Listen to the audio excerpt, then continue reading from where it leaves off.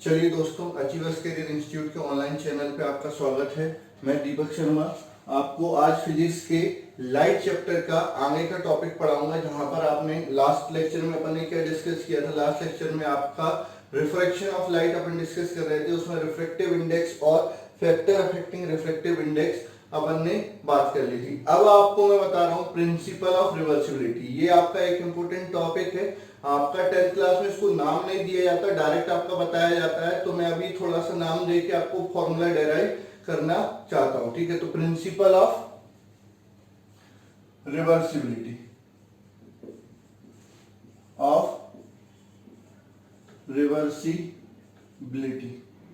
ठीक है, ये क्या प्रिंसिपल बोलता है? ये प्रिंसिपल ये बोलता है, according to this principle when light move from one medium to another medium, then after number of reflection and refraction, if the path of light is reversed, then it retrace its original path। यानी कई बार reflection हो गया, कई बार reflection हो गया, आप light का path क्या कर रहे हो? रिवर्स कर रहे हो, मतलब उसको पलट रहे हो। तो वो जिस पाथ पे आया उसी पाथ पे क्या हो जाएगा? वापस लौट जाएगा। इसको अपन क्या बोलते हैं? प्रिंसिपल ऑफ रिवर्सिबिलिटी बोलते हैं। ठीक है, तो इसमें आपको मैं लिखवा देता हूं क्या होता है। According to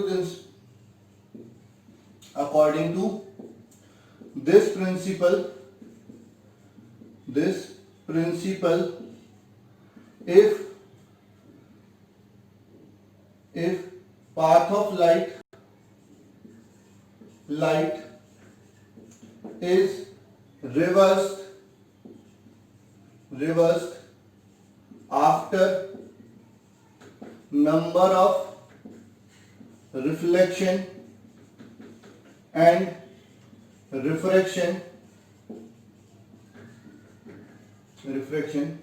then it retrace its original path। क्या होता है कि अगर आपका लाइट कई रिफ्लेक्शन और रिफ्रैक्शन के बाद उसके पाथ को क्या कर दिया जाए? रिवर्स कर दिया जाए, तो जिस पाथ पे लाइट आई है उसी पाथ पर क्या हो जाएगी? वापस लौट जाएगी। आप इस तरह से समझो कि क्या है, ये एक मीडियम है। ठीक है, यहां पर आपने क्या किया? ये नॉर्मल है, ये लाइट आपकी आई यहां से आई एंगल ऑफ इंसिडेंस पे, आपका यहां पर आर एंगल ऑफ रिफ्रैक्शन हो गया।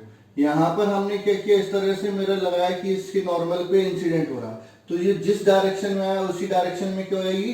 वापस लौट जाएगी। तो ये क्या होगा? जब ये वापस अपन ने रिटर्न किया तो जिस पाथ पे आई है उसी पाथ पे क्या होगी? वापस लौट जाएगी। इसको प्रिंसिपल ऑफ रिवर्सिबिलिटी बोलते हैं। इससे एडवांटेज क्या मिलेगा? इससे एडवांटेज आपको मिलेगा कि इसका इसके रिस्पेक्ट में रिफ्रैक्टिव इंडेक्स निकालोगे और इसका इसके रिस्पेक्ट में रिफ्रैक्टिव इंडेक्स में निकालोगे, तो दोनों में रिलेशन आपको पता चल जाएगा, जो कि एक दूसरे के रेसिप्रोकल के बराबर हो जाएगा। ठीक है, तो ये आपका फर्स्ट मीडियम, ये आपका सेकंड मीडियम। तो बाय स्नेल्स लॉ, ठीक है, जब यहां से यहां पर मूव कर रहे हैं, ठीक है, तो आपका क्या हो जाएगा? When move from first medium to second medium, ये लिखने की जरूरत नहीं है, आपको समझाने में ही काफी हो जाता है। When move from first medium to second medium, तो आपका क्या हो जाएगा? I is angle of incidence and R is angle of refraction. ठीक है, तो यहां से क्या हो जाएगा? By Snell's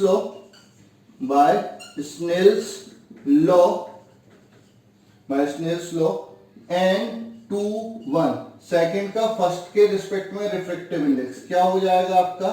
sign I upon sine R. ठीक है, ये इक्वेशन फर्स्ट हो गई। ठीक है, अब इसके बाद अपन बात करते हैं when move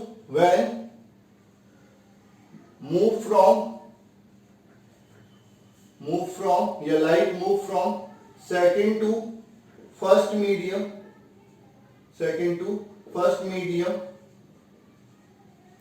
R is angle of incidence and I is angle of refraction. ठीक है, तो आपका क्या हो जाएगा, R एंगल ऑफ इंसिडेंस हो जाएगा और R जो हो जाएगा, सॉरी R जो होगा वो एंगल ऑफ इंसिडेंस हो जाएगा और I जो होगा वो एंगल ऑफ रिफ्रैक्शन हो जाएगा। तो अगेन बाय स्नेल्स लॉ, ठीक है, क्या हो जाएगा N1 2 यानी फर्स्ट मीडियम का सेकंड मीडियम के रिस्पेक्ट में रिफ्रैक्टिव इंडेक्स, तो वो क्या हो जाएगा sine R upon sine R, ये आपकी equation second. Multiply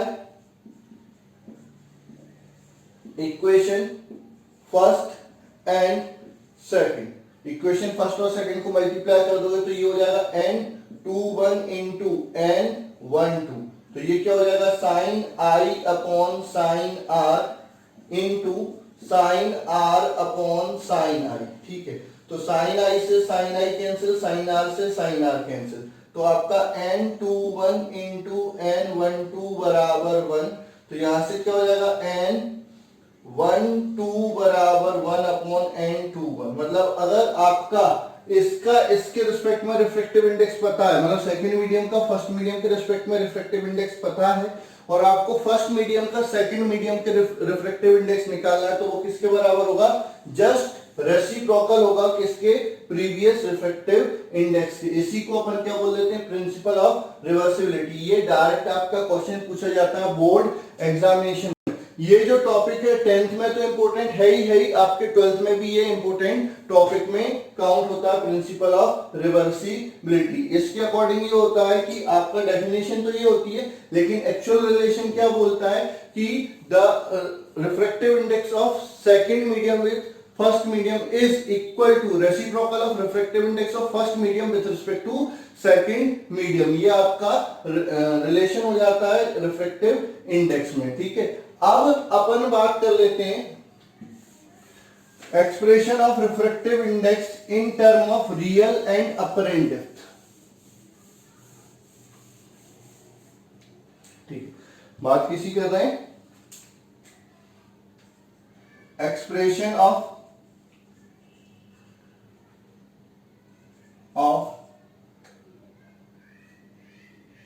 expression of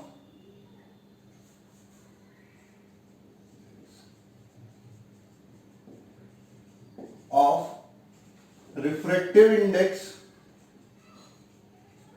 index in term of real and apparent depth। ठीक है, आपका कोई भी चीज होती है पानी में, कोई सी भी चीज डिप करोगे तो वो क्या दिखती है, उठी हुई दिखती है, मतलब उसकी जो एक्चुअल डेप्थ होती है वो रियल अपरेंट डेप्थ से क्या होती है, ज्यादा होती है, या जो अपरेंट डेप्थ होती है वो रियल डेप्थ से क्या होती है, कम होती है। तो अगर उस लिक्विड या उस मीडियम की आपको रिफ्रैक्टिव इंडेक्स निकालना है तो दोनों के फॉर्म में निकाल सकते हैं, किसके फॉर्म में, रियल डेप्थ और अपरेंट डेप्थ।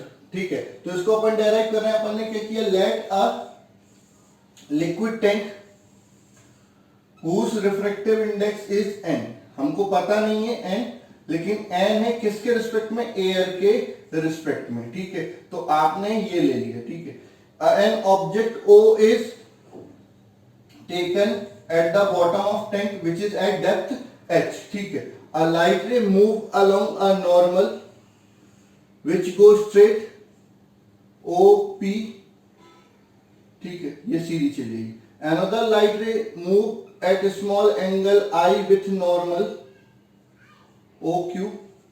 ठीक है, after refraction it move away along R। ठीक है, at angle of refraction R। ठीक है, तो ये भी आपका क्या हो जाएगा, R हो जाएगा। ठीक है, अब इसका एयर के रिस्पेक्ट में रिफ्रैक्टिव इंडेक्स कितना है, n, तो आपको n को h और यहां पर जो इमेज बनी है, ये जो इमेज है आपको यहां पर ऑब्जेक्ट दिखाई देगी, यानी इसकी इमेज कहां पर दिखाई देगी, यहां पर। ये डेप्थ जो हो गई वो क्या हो गई, h डैश हो गई। तो आपको क्या चाहिए, जो n चाहिए वो h और h डैश के टर्म में चाहिए। ठीक है, तो बाय स्नेल्स लॉ लो NaW यानी एयर की वाटर के रिस्पेक्ट में रिफ्रैक्टिव इंडेक्स क्या हो जाएगा, sine I upon sine R, ठीक है, बाय प्रिंसिपल ऑफ रिवर्सिबिलिटी, ठीक है। आपका NWA वाटर की एयर के रिस्पेक्ट में कितनी हो जाएगी, 1 अपॉन NaW या फिर 1 upon sine I upon sine R, ठीक है। तो ये हो जाएगा आपका NWA बराबर sine R upon sine I, यानी आपका वाटर का या लिक्विड का एयर के रिस्पेक्ट में रिफ्रैक्टिव इंडेक्स अगर आपको चाहिए तो sine R upon sine I, क्योंकि लाइट कहां से कहां जा रही, डेंसर से रेयर मीडियम, तो उल्टी रेसिप्रोकल के बराबर होगी, ठीक है। अब अपन बात करते हैं इन ट्राइंगल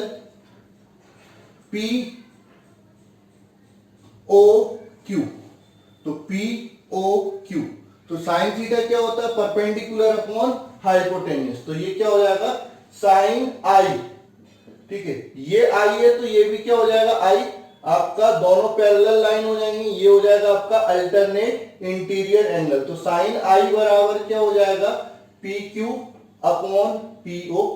थोड़ा सा लेवल ज्यादा हो गया, लेकिन कभी कभार अगर पूछ लिया गया तो दिक्कत में नहीं आनी चाहिए। वैसे जनरली ये बहुत कम चांस है इसके पूछे जाने के, लेकिन अगर 1% भी चांस है अगर बोर्ड में आ गया तो इसकी प्रैक्टिस आपको होनी चाहिए। तो साइन I बराबर PQ अपॉन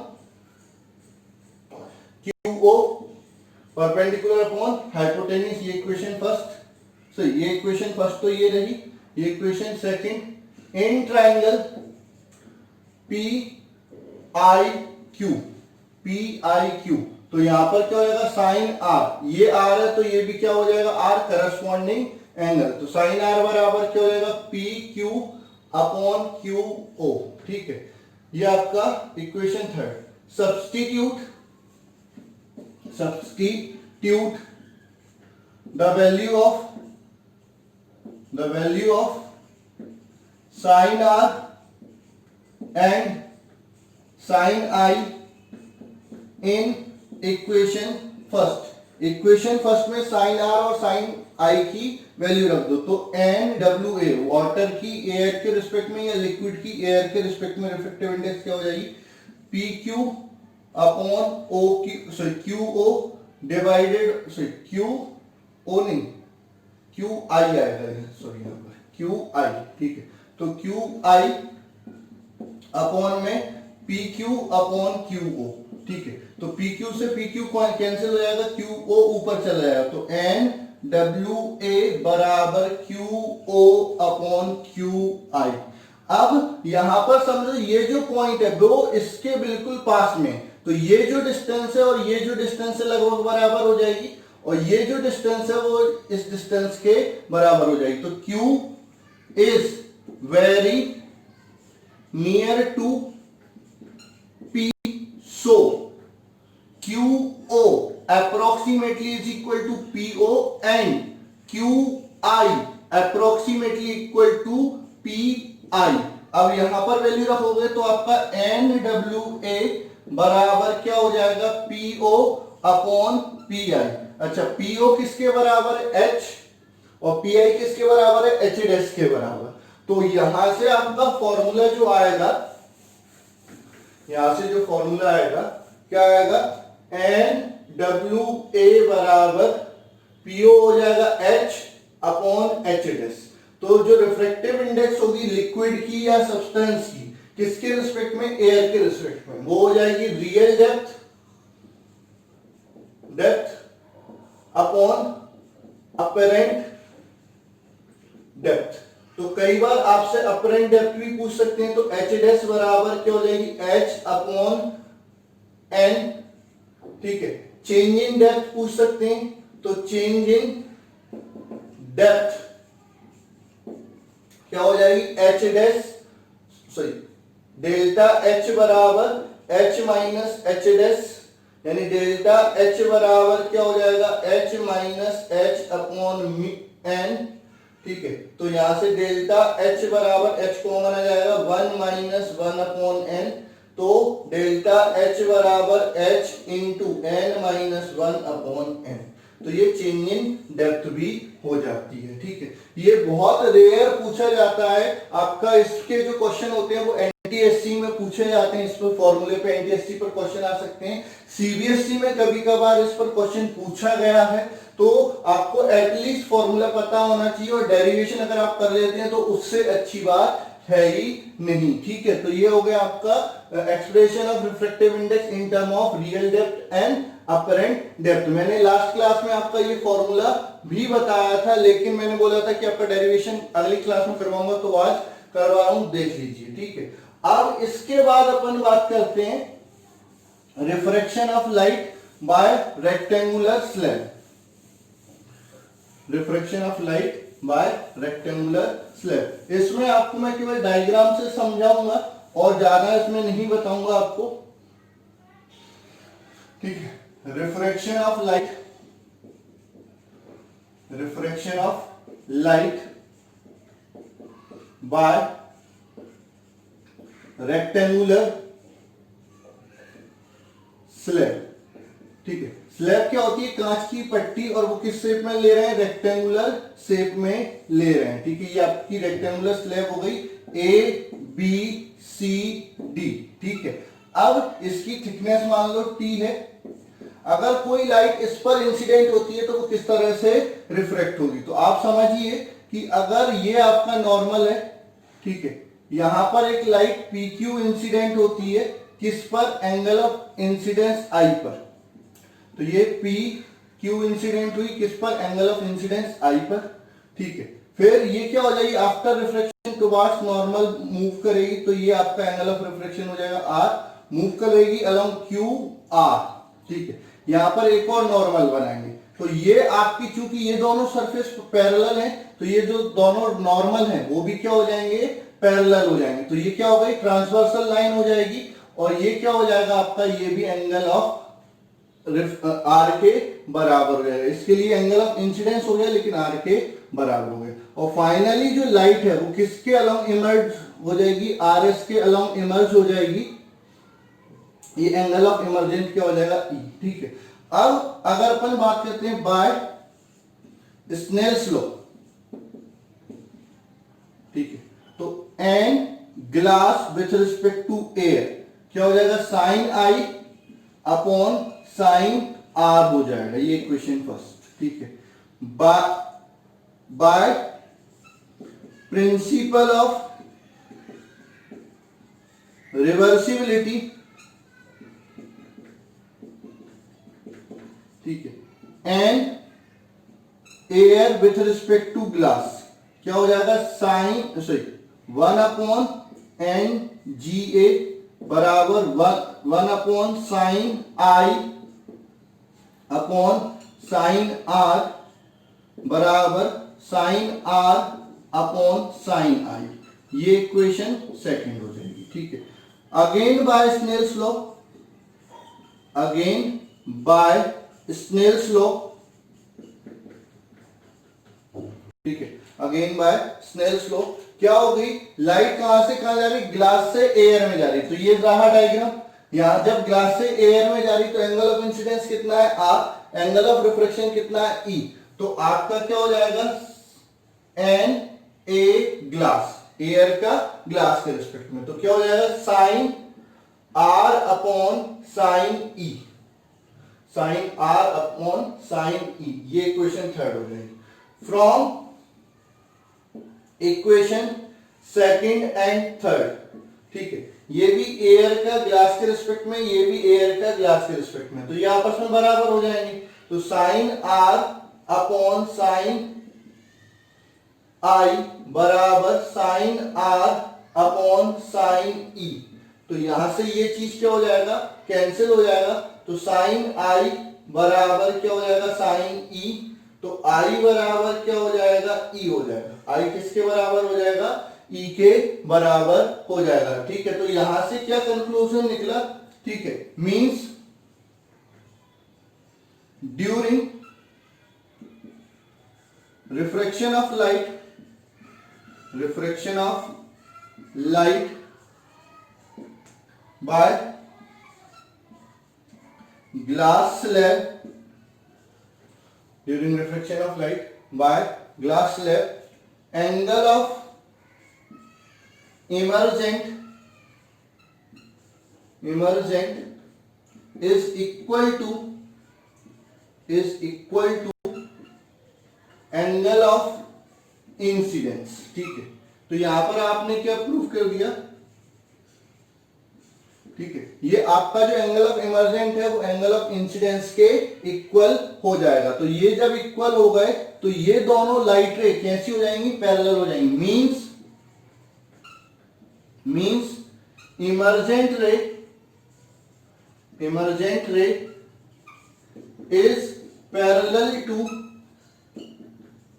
इंसिडेंट रे। आपका जो इमर्जेंट रे होगी वो इंसिडेंट रे के क्या हो जाएगी, पैरेलल हो जाएगी। ठीक है, तो जब रेक्टेंगुलर ग्लास स्लैब से रिफ्रैक्शन होता है तो आपको याद रखना है कि एंगल ऑफ इंसिडेंस किसके बराबर होगा, एंगल ऑफ इमर्जेंट के बराबर होगा।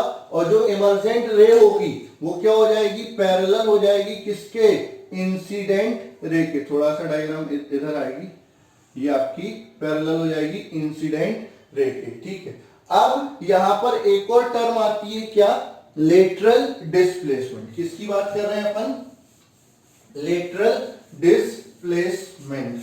ठीक है, ये टर्म आपका अभी बोर्ड एग्जामिनेशन में पूछा जाता है, lateral displacement.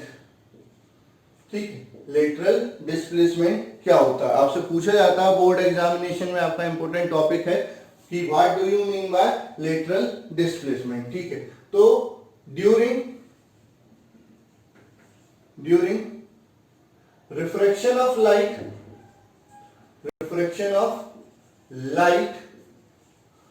by rectangular glass slab, the perpendicular distance between incident ray and emergent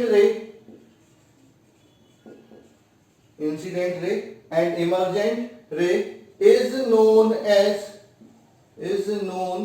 as lateral displacement। ठीक है, यानी आपकी ये जो रे है, एक इंसिडेंट रे है, एक इमर्जेंट रे, इन दोनों के बीच की जो परपेंडिकुलर डिस्टेंस होती है उसको अपन क्या बोलते हैं, लेटरल डिस्प्लेसमेंट बोलते हैं। होने को तो इसका भी डेरिवेशन है, लेकिन मैं आपको सिंपल सा फॉर्मूला बता देता हूं लेटरल डिस्प्लेसमेंट का, आपको याद रख लेना है। आपके क्या बोलते हैं, एनटीएससी एग्जामिनेशन में कभी कभार पूछा जा सकता है। बाकी आपसे बोर्ड एग्जामिनेशन में जो पूछा जाएगा वो केवल डेफिनेशन पूछी जाएगी, क्योंकि अगर मैं वो डेरिवेशन करवाऊंगा तो थोड़ा सा भारी पड़ जाएगा। तो आपको याद रखना t sine i minus r upon cos, ये फॉर्मूला होता है किसका, लेटरल डिस्प्लेसमेंट का। T sine i minus r upon cos r, ये इसका क्या हो जाता है, फॉर्मूला हो जाता है। ठीक है, तो ये आपका क्या फॉर्मूला हो गया किसका, लेटरल डिस्प्लेसमेंट का। आई एंगल ऑफ इंसिडेंस है, आर एंगल ऑफ रिफ्रैक्शन है, तो ये आपका फॉर्मूला हो जाता है। तो आज के लिए बस इतना ही काफी है। ठीक है, तो आपको देखना है कि ये जो टॉपिक है हो सकता है आपके स्कूल में नहीं करवाए जाए, या हो सकता है कि आपको स्किप कर दिए जाए, ये रेयर पूछे जाते हैं। मैं पहले ही बता रहा हूं, मैं आपको प्रिपेयर करवा रहा हूं कि आपका बोर्ड में कैसा भी क्वेश्चन आ जाए, किस टाइप का भी क्वेश्चन आ जाए, एनटीएससी में आ जाए, एनएसओ में आ जाए, किसी भी एग्जामिनेशन में कैसा भी क्वेश्चन आ जाए आपसे बनना चाहिए। तो हो सकता है ये कुछ टॉपिक आपको स्किप करवा दिए जाए, लेकिन आपको ये टॉपिक पढ़ने हैं, फिर भी पढ़ने हैं और अच्छे से पढ़ने हैं। ठीक है, तो इसमें कोई दिक्कत नहीं आनी चाहिए। तो ये आपका रिफ्रैक्शन हो गया बाय रेक्टेंगुलर ग्लास स्लैब। इससे पहले अपन ने पढ़ा था क्या, formula for refractive index in term of real and apparent depth, और उससे पहले पढ़ा था principle of reversibility. Principle of reversibility direct पूछ ली जाती है कि prove that the refractive index of first medium with respect to second medium is reciprocal of refractive index of second medium with respect to first medium, ऐसा करके पूछ सकते हैं। और फिर प्रिंसिपल ऑफ रिवर्सिबिलिटी के बाद आपका रियल और अपरेंट डेप्थ वाला जो फॉर्मूला होता है उस पर न्यूमेरिकल आ जाते हैं, क्वेश्चन आ जाते हैं, और ये तो आपकी डायरेक्ट डेफिनेशन और इस तरह से पूछ लेते हैं। ठीक है, अब आपको क्या करना है, वीडियो को ज्यादा से ज्यादा लाइक करना है, शेयर करना है, अपने दोस्तों तक पहुंचाना है, और जिन दोस्तों ने इसको सब्सक्राइब नहीं किया है उनको सब्सक्राइब करवाइए, क्योंकि यहाँ पर आपको बेस्ट मिलेगा 10th के अकॉर्डिंग। इवन आपका एनटीएससी, एनएसओ, केवीपीवाई, आगे जितने भी आपके एग्जामिनेशन होने वाले हैं उन सब के लिए आपकी यहाँ पर प्रिपरेशन बहुत अच्छे से हो जाएगी। एक बार थ्योरी सेशन होने के बाद अपन इन सब के न्यूमेरिकल पढ़ेंगे। आपके बोर्ड एग्जामिनेशन से पहले अपन सब पर न्यूमेरिकल प्रैक्टिस करेंगे। पहले आप कॉन्सेप्ट बनाइए, खुद न्यूमेरिकल करिए, जो नहीं आता है वो अपन डिस्कस करेंगे। आपका अपना ऐप भी बन रहा है तो उस ऐप पर भी अपन इन सब चीजों का सॉल्यूशन, क्वेश्चन, आपका कमेंट, लाइक, आपके मैसेज, चैट के थ्रू अपन बहुत अच्छे से प्रिपेयर करेंगे। तो इसको अच्छे से आप पढ़िए। ठीक है, थैंक यू दोस्तों।